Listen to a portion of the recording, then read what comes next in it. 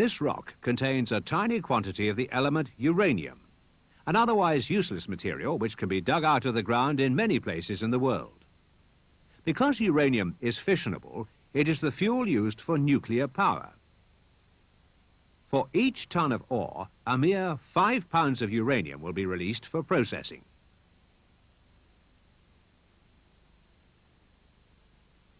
The ore is passed through a mechanical crusher and onto a grinder, and then becomes a slurry. From this slurry, a purified yellow powder, yellow cake, a form of uranium oxide, is extracted.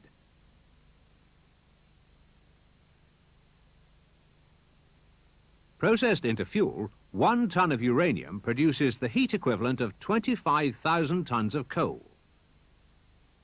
In the United Kingdom, nuclear power stations already produce energy from uranium equal to that from 16 million tons of coal a year. How do they do it? Like every other material in the world, uranium is made up of atoms. The atom is like a miniature solar system made up of negatively charged particles called electrons. They circulate around a central nucleus, which is composed of particles of about equal size, but of 2 different kinds. The first kind are positively charged protons, which are equal in number to the orbiting electrons, and the second kind are neutrons with no electrical charge. The total number of electrons, protons, and neutrons make an atom of carbon, the isotope carbon-12. If an extra neutron is added, it becomes another isotope of carbon, carbon-13.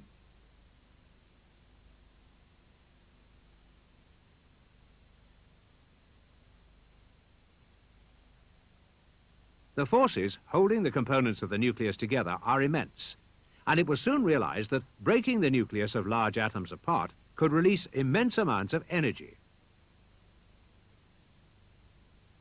It was thought that this might be achieved by bombarding atoms with neutrons.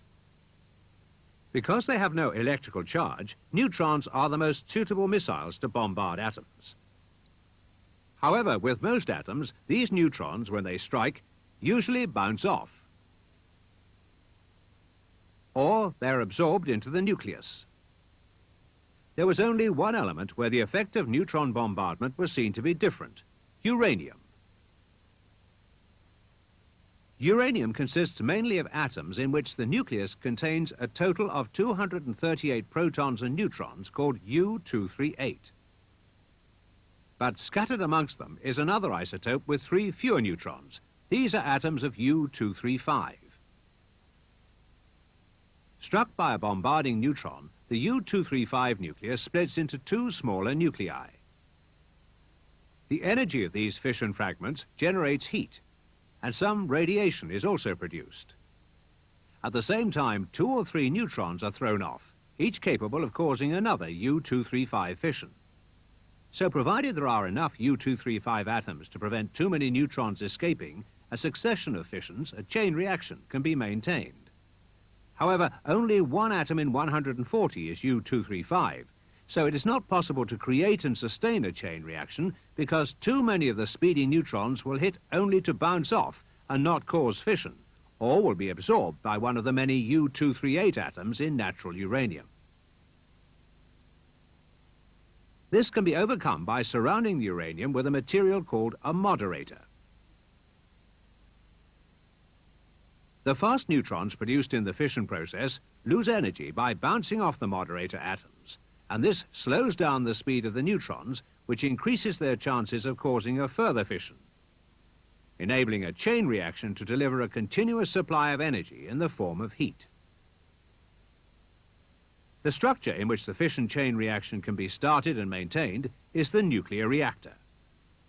Carbon, in the form of graphite, acts as the moderator.